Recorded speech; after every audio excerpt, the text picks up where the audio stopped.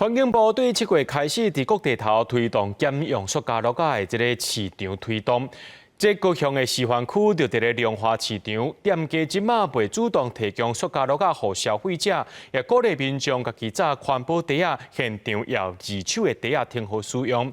环境部是希望讲伫咧全台湾47个市场试办，一年会当减少20%的塑胶袋仔使用量。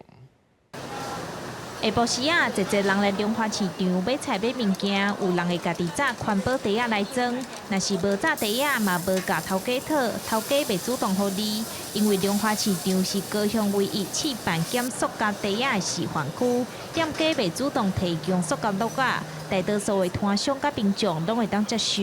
我感觉这家己扎真好，因为安尼对世界环境都比较好。的接受度还算是普遍，大概80%都能接受。环境部是7月开始，甲全国22县市合作推动减塑。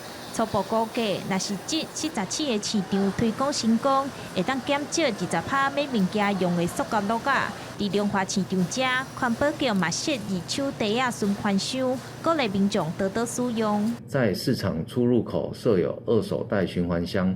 民众可取用免费二手环保袋或纸袋购物。其实台湾有超过一半的塑胶落架是为传统市场甲夜市仔来的，夜市仔煞无加入这摆减塑行动，主要是消费形态无同。市里面都是比较属于汤汤水水的，甚至还有温度，比如说小汤啦。你无用这个塑胶袋，你叫手提，第一个危险，那也不方便。顾客有时也不方便性。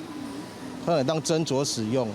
环保局表示讲，会选择量化市场做示范区，是因为这的消费族群有时段嘛有少年，加上人口嘛较济，目前按算先试办半冬，若是效果袂歹，才会决定要推广到其他市场甲夜市啊。记者钟义辉、邱兆勇高雄报道。